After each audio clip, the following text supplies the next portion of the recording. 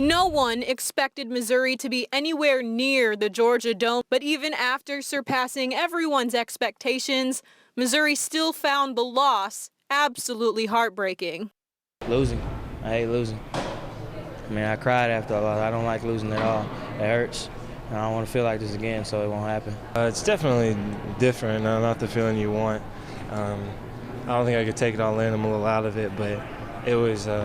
It would have been cool if it was us out there celebrating. Us personally with our goals, we failed that because we didn't win the SEC championship, because that was one of our big goals that we wanted to accomplish. But looking back at it, I mean, I think that this team did a really good job and came back really strong, especially after last season. We want to be SEC East champions. We want to be SEC champions.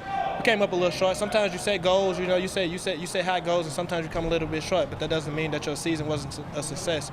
Our season was a success. We got a great group of guys in there, a great group of guys. We got a great group of guys coming back next year. We got one more game. We plan to finish 12-2. Even though this confetti wasn't necessarily for them, Missouri says it's still quite an accomplishment to even make it to this point as just second-year members in the SEC. From the Georgia Dome, I'm Ashley Zavala. Back to you guys in the studio. The win streak continues in Athens. For the second time in 2 seasons, the Lady Dogs get out to a perfect 10-0 start. There aren't very many teams left that have a 0 out there in the loss column, so it's something that we're certainly proud of, and something that we want to build on and keep going as long as we can. Really big win. I always say play every team like you're playing against the number 1 team in the nation, and I think that's what we did tonight. We came out, we jumped out early on them, and they were never able to recover from that.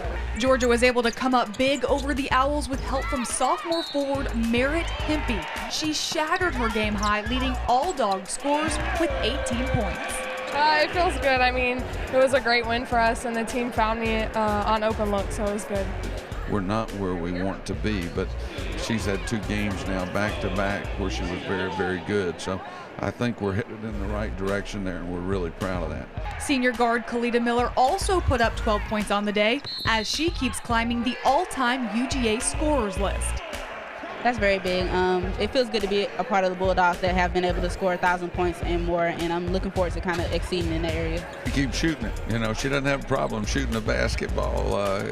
We're really pleased with Kalita. I mean, she's having the best year that she's had since she's been at Georgia, and that's, as a senior, that's what you hope for, but it doesn't always happen.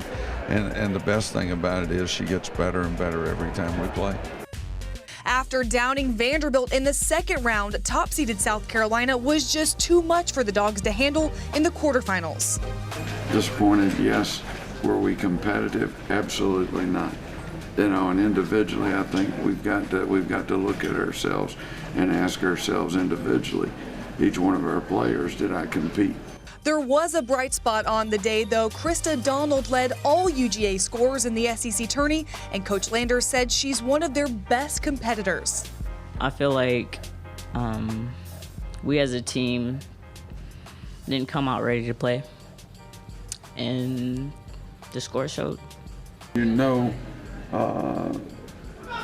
When you tee it up to play, that Krista's going to give you everything she's got. She may not always play great, but she's going to give you everything she's got.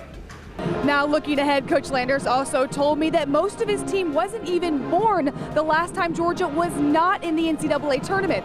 So even though they lost to South Carolina, he's confident that his team is one of the top 64 in the country to make the NCAA tournament. We're on spring break. We'll take off until next Friday. We'll work Friday, Saturday, and Sunday. Take off Monday for the bid letting show, and then commence to prepare for the NCAAs on Tuesday. 5 years ago, Beyonce came out and said, "Put a ring on it." Well, the Georgia women's swimming and diving team took that to heart and have since then earned 5 SEC championship rings. We probably weren't the favorite this year coming in. We had some graduations, some really, really world-class swimmers.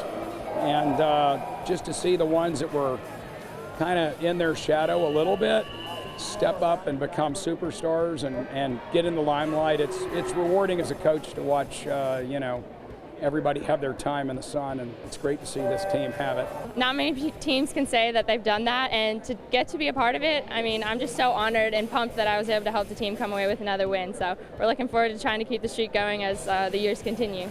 The Bulldogs broke 18 new school records and 8 conference records in 5 days of competition. And for the women, it was Olympic gold medalist Shannon Vreeland. She now holds the SEC's fastest time in the 200-meter freestyle.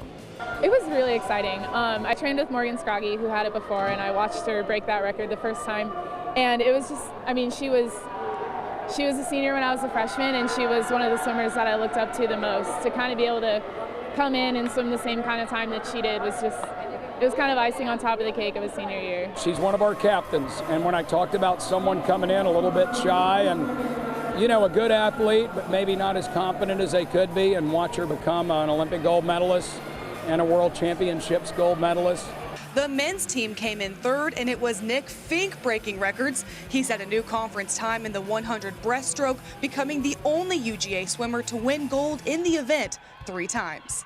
I haven't gotten this far on my own. I'll say that at least. I've had my teammates, my family, my coaches guiding me every step of the way, you know, correcting me when I make mistakes and encouraging me, and it's been a fun journey so far.